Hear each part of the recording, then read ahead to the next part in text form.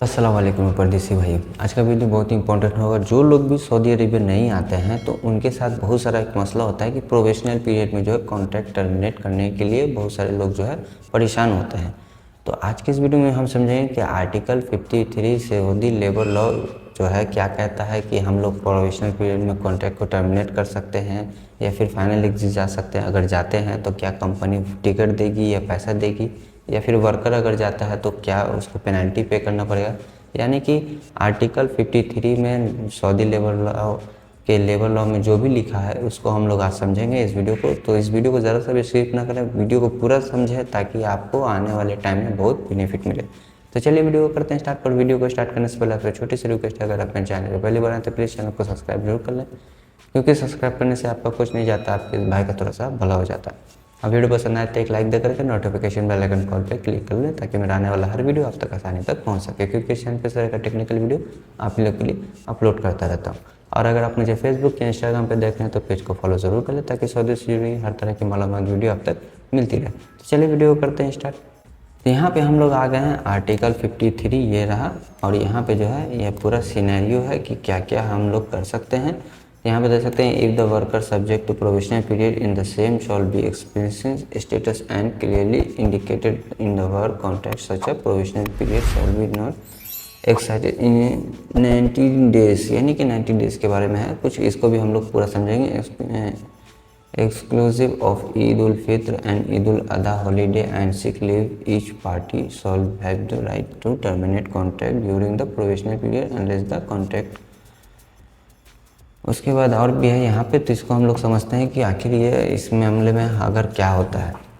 तो यहाँ पे वीडियो को स्टार्ट करने से पहले हम लोग समझते हैं कि प्रोविजनल पीरियड क्या होता है। तो देखिए, जब भी कोई बंदा यहाँ सऊदी अरबिया में आता है तो आने के बाद जो है उसका एक कॉन्ट्रैक्ट होता है जिसे जो है प्रोविजनल पीरियड के दौरान यूज़ किया जाता है। तो प्रोविजनल पीरियड क्या होता है कि जब भी कोई बंदा यहाँ पे आता है तो उसका जो वीज़ा स्टम्पिंग होता है वो 90 डेज़ का होता है। बहुत सारे लोग का 120 का भी होता है, लेकिन मिनिमम मैंने मैक्सिमम केस में जो है 90 डेज़ का ही देखा है। तो जो वीज़ा स्टम्पिंग हो के आता है तो उस दरमियान जो है प्रोविजनल पीरियड चालू होता है 90 डेज़ का। अब 90 डेज़ के प्रोविजनल पीरियड में जो है आपका जो है क्या कफ़ाला ले सकते हैं या फिर कोई कंपनी या फिर कोई वर्कर टर्मिनेट कर सकता है। तो देखिए यहाँ पे जो है प्रोविजनल पीरियड में आर्टिकल 53 सऊदी लेबर लॉ ये कहता है कि कोई एक बंदा जो है सऊदी अरेबिया यहाँ पे आया है और उसको जो है अपना काम, जिस काम में आया है वो काम ना मिला हो, या फिर जिस कंपनी में आया वो कंपनी अच्छा ना हो, या फिर जिस कफ़ील के पास आया हो वो कफ़ील अच्छा ना हो, तो उस केस में जो है सऊदी लेबर लॉ आर्टिकल 53 ये कहता है कि कोई भी एम्प्लॉय या वर्कर जो है अपना कॉन्ट्रैक्ट को बीच में टर्मिनेट कर सकता है। या फिर उसी तरीके से जो है कंपनी जिसने आपको बुलाया है, आपका काम पसंद नहीं आया हो, या फिर जिस ट्रेड में आपको लाया गया हो वो काम आप नहीं कर पा रहे, तो उस केस में भी जो है कंपनी या कफील आपके कॉन्ट्रैक्ट को टर्मिनेट कर सकता है आर्टिकल 53 के थ्रू।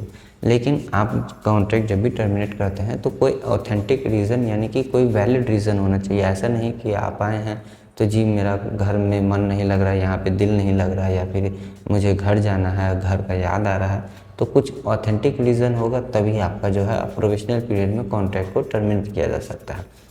अब यहाँ पे बहुत सारे लोगों का ये भी मसला होता है कि लोग बहुत परेशान होते हैं कि मेरा इकामा नहीं बना, मेरा 1 महीना हो गया, 2 महीना हो गया। तो देखिए, ये कंपनी और कफ़ील को जो है अलाउ किया गया है कि प्रोविजनल पीरियड यानी कि 90 डेज़ के अंदर में कफ़ील या कंपनी आपका इकामा बना सकता है और नहीं भी बना सकता है। 90 दिन के बाद जब आप पूरा हो जाता है तो उसके बाद जो है आपके कफ़ील और कंपनी का ये जिम्मेदारी होता है कि वो आपका इकामा बनाए। तो वहाँ पे जो है आपका इकामा 90 दिन से पहले का इकामा नहीं बनाएगा तो भी चलेगा, आपके पासपोर्ट पे, आपका वीज़े पे जो 90 डेज़ का है वीज़ा, उससे आपका काम चल जाएगा। लेकिन 90 डेज़ के बाद फिर आपका इकामा बनाना कंपनी और कफ़ील की जिम्मेदारी है, आपकी जिम्मेदारी नहीं है। अब देखिए, ये तो बात हो गई कि 90 डेज़ का मतलब क्या हो गया, प्रोविजनल पीरियड का मतलब क्या होगा। लेकिन यहाँ पे एक चीज़ ये भी समझ लीजिए कि बहुत सारे लोग जो है नकल कफ़ाले के लिए भी यहाँ पे परेशान होते हैं। तो देखिए, जो लोग भी नकल कफ़ाला करवाते हैं, किसी कंपनी में जाते हैं, तो जो प्रोविजनल पीरियड है वो कंपनी आपके ऊपर अप्लाई कर सकती है। जैसे मान लीजिए आप पहले से सऊदी अरबिया में हैं, काम कर रहे हैं, अच्छी बात है। आप जाएँ किसी के पास, कंपनी के पास, या कफ़ील के पास जो है कफ़ाला ले लिया, तो वहाँ पे जो है कफ़ील और कंपनी के पास ये राइट है कि वो आपका 90 दिन तक प्रोविजनल पीरियड में रख सकता है। 90 दिन के बाद फिर आपका कॉन्ट्रैक्ट को वो बनाएगा। अब यहाँ पे जो है कॉन्ट्रैक्ट को भी ये समझ लेते हैं कि कॉन्ट्रैक्ट किस तरीके से, क्योंकि बहुत सारे लोग जो टर्मिनेट करने के लिए सोचते भी हैं तो उसको किस तरीके से कॉन्ट्रैक्ट को आपको अपने पेपर को चेक करना पड़ेगा।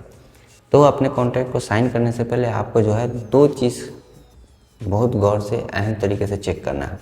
बाकी चीज़ तो ठीक है, आपका नाम हो गया, आपका सैलरी हो गया, अलाउंस हो गया, फूड अलाउंस हो गया, साइड अलाउंस हो गया, जो भी है वो XYZ अलग बात है। लेकिन जब आपको अपना कॉन्ट्रैक्ट टर्मिनेट करना होगा तो उसके लिए आपको अपने जो है अभी जब साइन कर रहे हैं तो उसमें 2 चीज़ आपको नोटिस करना है।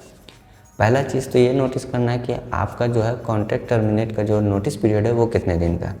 उसमें जो है 90 डेज़ का भी होता है, किसी किसी में जो है कंपनी बहुत तेज़ होती है तो उसमें 120 डेज़ का भी लिख देती है, तो वो आपको एक बार चेक कर लेना है। दूसरी चीज़ हो गई कि बाज़ दफ़ा बहुत सारी कंपनी क्या करती है कि अपने कॉन्ट्रैक्ट में ही लिख देती है साफ साफ कि अगर कोई वर्कर बीच में ही कॉन्ट्रैक्ट को टर्मिनेट करके दूसरे कंपनी में जाना चाहता है या फिर फाइनल एग्जिट जाना चाहता है या काम छोड़ना चाहता है तो बचे हुए कॉन्ट्रैक्ट के एवज़ में जो है वर्कर को कंपनी को पैसा पे करना पड़ेगा।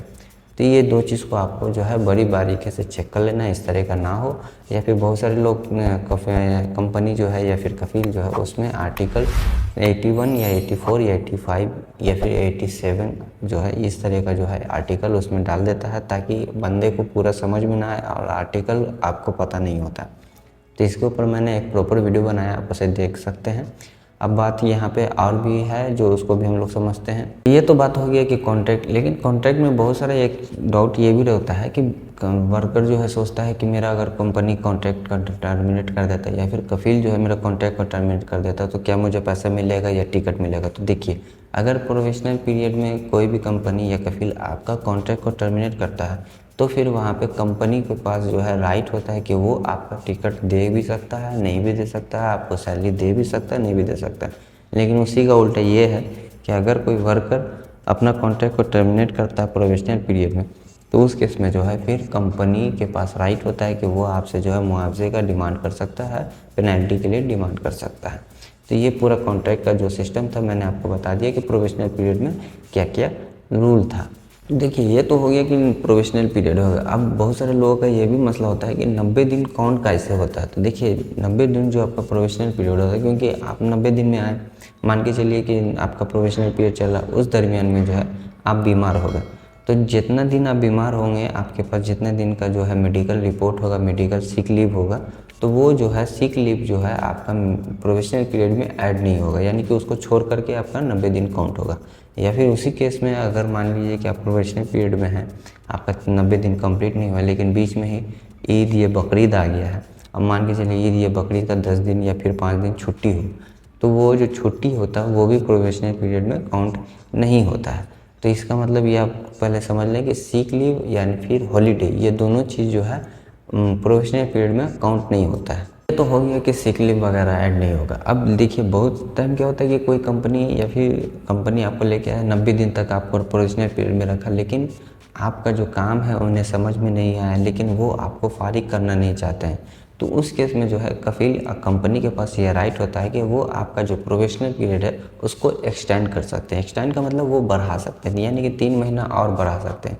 तो पहले का 3 महीना और अभी का 3 महीना, यानी कि 180 दिन का आपके प्रोविजनल पीरियड में कंपनी या फिर कफील आपको वहाँ पे रख सकता है। यहाँ पे तो इतना बात हो गया कि कॉन्ट्रैक्ट का। देखिए, अब बात होती है कि प्रोविजनल पीरियड के बाद क्या करना है। तो देखिए, प्रोविजनल पीरियड जब आपका ख़त्म हो गया तो फिर कंपनी और वर्कर दोनों के ऊपर ये जिम्मेदारी होता है कि वो अपने कॉन्ट्रैक्ट को साइन करे और साइन करके अपने कॉन्ट्रैक्ट को जो है एक मुआदे तक, मतलब मान के चलिए 2 साल 5 साल जितना साल का आपका कॉन्ट्रैक्ट होता है तो उस कॉन्ट्रैक्ट को आपको साइन करना है। ऐसा नहीं कि मैंने आपको बोल दिया हाँ इतने सैलरी पे रहना, आपने बोल दिया हाँ ठीक है मैं इतने सैलरी पे रहूँगा, इस तरह का कोई नहीं करना है। आपका जो है बाकायदा एक पेपर वर्क होगा, पेपर वर्क होकर आपका कॉन्ट्रैक्ट बनेगा। आपका वही पेपर वर्क जो कॉन्ट्रैक्ट बनेगा उसी को जो है डिजिटल कॉन्ट्रैक्ट में तब्दील किया जाएगा, यानी कि वो पेपर वर्क को उठा करके आपके डिजिटल यानी कि कीवा पे या फिर गोसी पे अपलोड किया जाएगा। तो ये हो गया, ये सिस्टम हो गया। अब यहाँ पे बात आती है कि क्या फाइनल एग्जिट जाना और जाना है तो किस तरीके से जाना। तो देखिए, प्रोविजनल पीरियड में अगर आपको जो है फाइनल एग्जिट जाना तो उसके लिए भी आपको रिटर्न में देना पड़ेगा, या तो आपको रिटर्न में देना पड़ेगा या तो फिर आपको जो है अपना डिजिटल कॉन्ट्रैक्ट को टर्मिनेट करना पड़ेगा। तो यहाँ पे डिजिटल कॉन्ट्रैक्ट को टर्मिनेट करने का जो है तरीका वो पहले ही मैंने बता दिया। लेकिन यहाँ पे समझने वाली बात यह है कि मान के चलिए कोई वर्कर है, उसको अपने फाइनल एग्जिट जाना है, तो यहाँ पे प्रोविजनल पीरियड में दोनों के पास राइट है, लेकिन ये नहीं कि मैं कंपनी के पास गया और जाके बोल दिया मैं आपके पास काम नहीं करूँगा, मुझे जो है आपका काम पसंद नहीं आया, या फिर सैलरी नहीं सही है, या फिर जो भी XYZ उनकी प्रॉब्लम है, और उन्होंने कह दिया कि मुझे फाइनल एग्ज़िट भेज दो, मेरा क्रूज लगा दो। नहीं, इस तरीके से आपको जो है फाइनल एग्ज़िट कभी ज़िंदगी में नहीं मिलेगा। आपको जो है रिटन में लिख करके बाकायदा कंपनी और कफ़ील को देना होगा कि मुझे जो है आगे जो है आपके साथ काम नहीं करना प्रोविजनल पीरियड में, ये वजह है, इस वजह से जो है मैं अपना प्रोविजनल पीरियड में अपना कॉन्ट्रैक्ट को टर्मिनेट कर रहा हूँ। तो इस तरीके से जो आपको अपना कॉन्ट्रैक्ट को टर्मिनेट करना पड़ेगा, रीज़न लिख करके, एक वैलिड ऑथेंटिक रीज़न लिख करके आपको जो है पेपर सबमिट करना पड़ेगा। तो फिर आपका जो है फाइनल एग्ज़िट या फिर आपका जो है प्रोविजनल है वहाँ पे लग सकता है।